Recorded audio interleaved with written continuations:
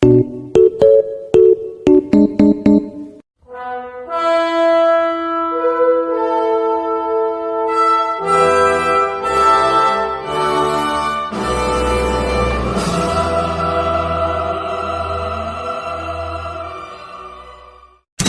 비엔나 장로교회 교육부 친구들 여러분, 오늘 목사님이 말씀을 전하겠습니다.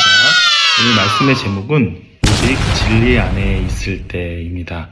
오늘 본문은 유다서 1장 17절에서 23절의 말씀인데요. 이 말씀은 이 유다라는 제자가 하나님의 말씀을 그 시대의 사람들에게 전달한 내용입니다.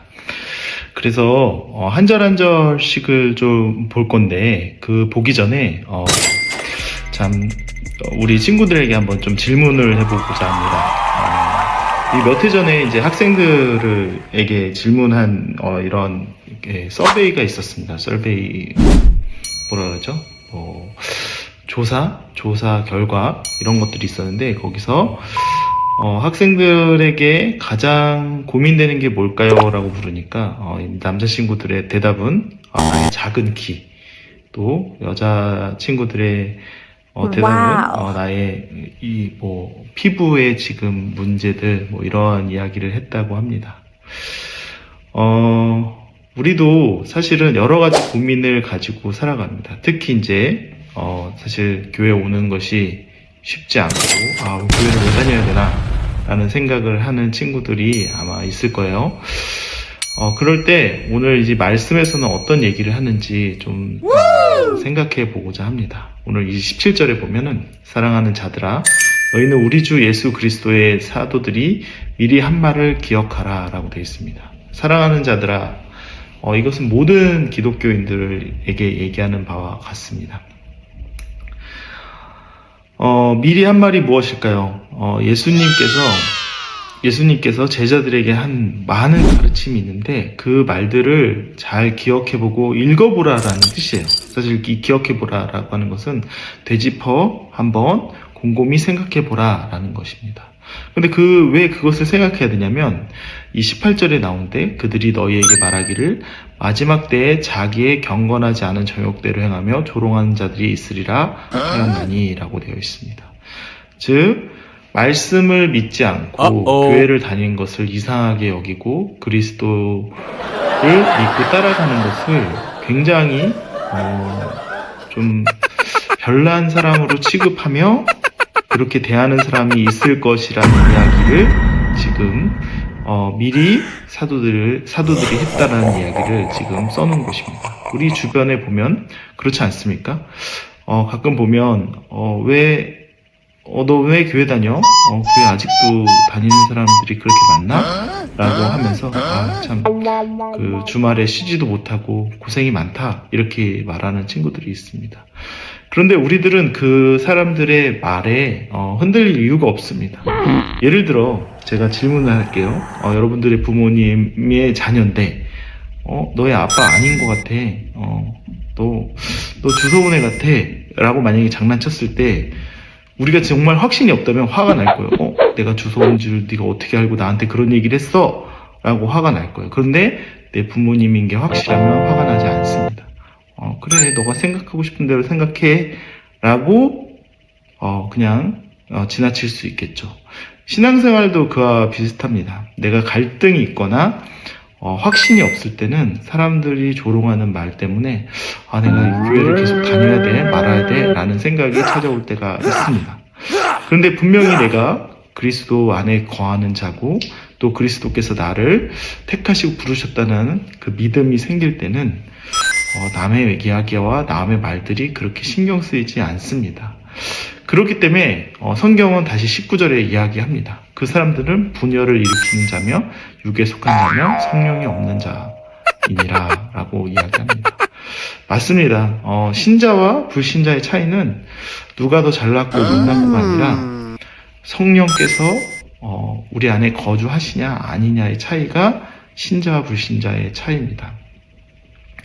그렇기 때문에 우리가 구해야 하는 것은 하나님이 성령께서 내 마음을 어떻게 주장하신다는 의미가 나를 인도하시고 하나님을 믿는 방향으로 이끄시게 해주세요 라는 기도가 가장 우리 학생 때 해야 되는 기도라고 생각이 듭니다. 사실 이게 막연하다고 느낄 때가 있어요. 그렇죠? 뭐 예수 믿는데 성령으로 기도하며 이게 무슨 의미일까요? 라고 물을 수 있는데 곰곰이 생각해 보면은 시간이 지나면 이게 가장 정확하다라는 것을 알 수 있습니다. 왜냐면 우리가 뭐 다 성장하고 나서 이제 부모님들 곁을 떠날 때 항상 부모님들도 이렇게 이야기하시죠. 내가 했던 말을 잘 기억하고 엄마 아빠라면 어떻게 했을까를 기억하며 살아가면 잘 살 수 있단다 이런 말을 해 주십니다. 그와 마찬가지입니다. 성령께서는 우리가 어떻게 살아야 되고 예수님을 어떻게 믿어야 되고 말씀을 어떻게 봐야 하고 하나님을 어떻게 예배해야 되는지를 가르쳐 주시는 존재입니다. 그렇기 때문에 우리를 사망에 이르게 하시는 게 아니라 영생에 이르게 하시고 그리스도의 긍휼을 기다리는 사람으로 우리를 세워가시는 것입니다. 그렇기 때문에 우리가 우리를 조롱하거나 우리를 괴롭히는 사람을 미워하거나 또 어찌 보면은 어떻게 보복을 하기 위해서 그 사람을 대하는 것이 아니라 여기 22절에 보면 어떤 의심하는 자들을 긍휼히 여기라고 이야기합니다. 이 긍휼히 여기다라는 이야기는 뭐냐면 불쌍히 여기라라는 것입니다. 분명히 아까도 말씀드렸듯이 확신과 내가 믿음에 대한 확신과 신뢰가 있으면 어떠한 사람의 말에도 흔들리지 않습니다. 그 사람이 나를 조롱하고 비방한다 할지라도 그렇게 내가 저 말에 신경 쓸 필요가 없겠네 라고 그렇게 생각하게 되는데 내가 확신이 없을 때는 그 말이 많이 신경이 씁니다. 그렇기 때문에 우리 비엔나 장로교회 교육부 친구들이 한번 생각해 보았으면 하는 주제가 있습니다. 나는 정말 예수님을 나의 구세주로 신뢰하는지를 생각해 보면 좋겠습니다. 그것을 가지고 우리가 살아가지 않는다면 예를 들어 매일매일 내가 고민이 부모님을 쳐다보면서 우리 엄마 아빠 맞나? 우리 엄마 아빠 아니면 어떡하지? 라고 생각하면 그게 정상적인 삶이 되지 않잖아요. 그와 마찬가지입니다.